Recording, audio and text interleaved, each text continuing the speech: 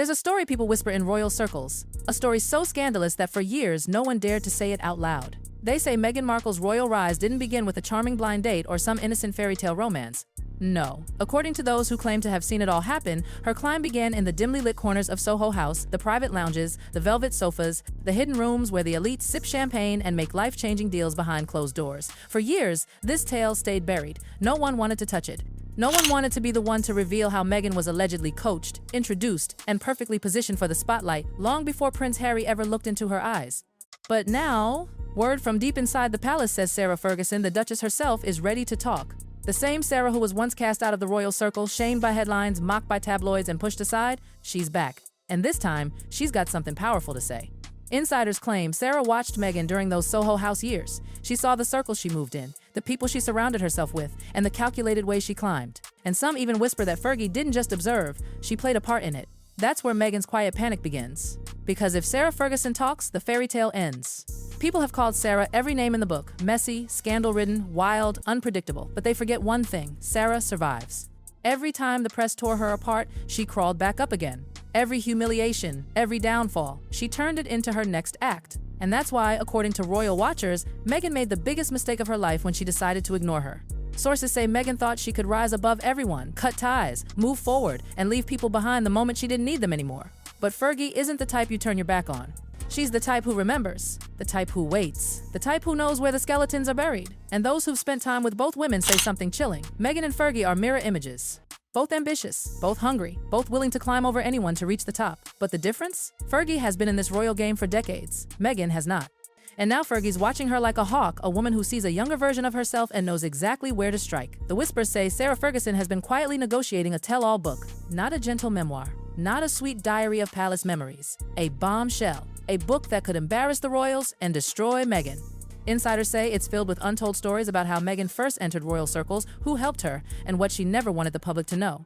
The palace, they say, is on edge. King Charles reportedly feels uneasy, nervous, even. He's lived long enough to know that secrets never stay buried forever. And this one could stir up ghosts from the past, his brother Andrew, his own scandals, old deals. People close to him whisper that he's willing to make concessions to keep Fergie quiet. Prince William, though, is a different story. He's not afraid. He's said to have nothing to hide, nothing she can use. William stands firm, calm, defiant, unbothered. But Meghan? Meghan has everything to lose. And that's why this book, if it ever comes out, could end more than reputations. It could end illusions. Everyone knows the fairy tale version. Meghan meets Harry, sparks fly, love blossoms, a prince and a Hollywood actress find each other by fate. But those who were there tell a very different story. They whisper that Meghan was already in elite social circles long before Harry came along and Sarah Ferguson allegedly saw it happen. She knew the people Meghan knew. She recognized the connections. She understood the strategy. Those parties, those introductions, those friendships, none of it was random. Everything was curated, engineered, designed. And that's why Fergie's voice is so dangerous. She can trace it all from the beginning. Meghan didn't just stumble into royalty. She was ushered toward it. To understand how it all began, you have to go back to where the doors first opened, Soho House. That wasn't just some cafe or event space. It was a gateway. A place where people with power and money mingled with those who wanted it. And right at the center of it was Marcus Anderson, a name whispered by everyone who knows the club's secret web. They call Marcus the connector, the gatekeeper, the man who could put you exactly where you needed to be. Insiders say he guided Meghan, introduced her to the right people, opened the right doors, and gave her access to worlds she couldn't enter on her own. But Marcus wasn't alone. The whispers mention Ron Burkle, the billionaire with strong royal ties, private jets, and an exclusive guest list. They say he too was part of the network that carried Meghan upward. And Sarah Ferguson? She knew all of them. She'd moved in those very circles for years. She'd seen these kinds of arrangements before. That's why she's dangerous, because she can connect every dot. From Soho House to the palace gates. That's what makes the palace nervous. Because if Fergie talks, the fairy tale turns into a chessboard, every move deliberate, every connection strategic, every smile rehearsed. But the story doesn't stop with networking.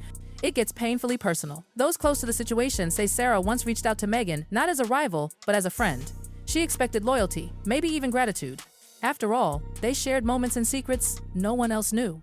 But Meghan didn't call back, didn't reply, didn't acknowledge her at all. People around Fergie say she felt humiliated, tossed aside. For a woman who's weathered decades of scandal, that kind of silence cuts deep. She wasn't jealous, she was furious. Because she saw Meghan for what she was, a reflection of her younger self. Ambitious, charming, strategic. But Meghan made one mistake. She thought she was the only one who knew how to play the game. Now, insiders say Fergie's the one holding the match, and Meghan? She's sitting right on top of the powder keg. While the tension between the two women simmers, the royal family itself is quietly dividing. Behind closed doors, whispers grow louder. Sarah Ferguson's possible tell-all has split the monarchy in two. On one side, King Charles, a man too familiar with scandal, too aware that his own past holds shadows, better left unspoken. They say he's cautious, maybe even afraid. If Fergie starts talking, old deals, old connections, especially those tied to Andrew, could rise again. And Charles, weary of more damage, might prefer silence bought with compromise. But then there's William refusing to bend. He won't negotiate with her, won't buy peace with secrets. He's untouchable in her web, and he knows it. And that defiance creates cracks in the royal foundation, fear on one side, pride on the other. And caught between them, with no shield, no allies, no royal protection, stands Meghan Markle. The one Fergie can destroy without harming the crown. The palace won't protect her, and that's the cruel truth. Meghan stands alone. Now comes the part Meghan never wanted anyone to discuss. According to people with insider ties, there are whispers, shocking ones, that Meghan didn't always have her eyes on Harry. Some even claim that in her early days, she aimed higher, toward Prince Andrew himself. If that's true, Harry wasn't plan A, he was plan B. And that's not all. One of Harry's oldest friends reportedly warned him, told him he knew Meghan from years before, during a time when she was rumored to be part of certain yacht party circles. Whether that's gossip or truth almost doesn't matter because powerful people believe it. And some of those people, they come straight from Fergie's own world. Even Meghan's wedding guest list, insiders whisper, raised eyebrows. Some names missing. Some people quietly excluded people who, allegedly, knew too much. People she couldn't risk being photographed near the royal altar. These aren't internet conspiracies. These are the hushed voices of those who dine in rooms you and I will never see. And if Sarah Ferguson confirms even a fraction of those whispers, Meghan's carefully crafted image could collapse overnight. Every fairy tale has its cracks, but this one could shatter. Because now, Sarah Ferguson stands at a crossroads. Her Duchess title doesn't hold the same power it once did. Her seat at royal dinners? Gone. Her invitations to grand events? Rare. Her influence? Fading. And a woman with nothing left to lose can be the most dangerous person in the room. Fergie has lived through humiliation. Through photographs that ruined reputations, through betrayals that would have broken anyone else. She's not afraid of scandal. She's not afraid of noise. She's not afraid of being hated. And now she holds something worth more than jewels or titles. She holds Meghan's story. The real one. The one that began in velvet lounges, with whispered introductions and carefully planned connections. Those who know Fergie say she can map every step from Soho House to private island trips, from Jamaica parties to Harry's first invitation. And Meghan knows it. That's why she's nervous. Not because of bad press, not because of headlines, but because the one woman who watched her climb the ladder is now the one who could pull it down. Insiders say Meghan has been frantically trying to control the narrative, reshaping her public image, redirecting attention, even reaching out to certain media allies. But it might be too late. Because if Fergie truly opens her mouth, no PR team in the world can silence that kind of truth. Imagine it. Sarah Ferguson sitting across from a publisher, voice calm but eyes burning, telling the story she's kept quiet for years. Page after page, the myth of Meghan the fairy tale princess replaced by Meghan the strategist, Meghan the climber, Meghan the survivor. And deep inside Buckingham Palace, they all know what that means. If Fergie speaks, Meghan falls alone. The monarchy stays intact. The headlines shift from royal shame to Hollywood manipulation. And once again, the palace saves itself. So Meghan watches, waits, fears. Every rumor, every new report, every time Fergie's name trends, she feels the ground shake beneath her feet. Because this time, she can't control it. And Fergie? She smiles. She knows the power of secrets. She's lived by them. She's survived because of them. And she's learned one dangerous truth: when a secret is kept, it belongs to its master. But when it's spoken, it destroys its victim. And according to those closest to her, Sarah Ferguson is ready to speak.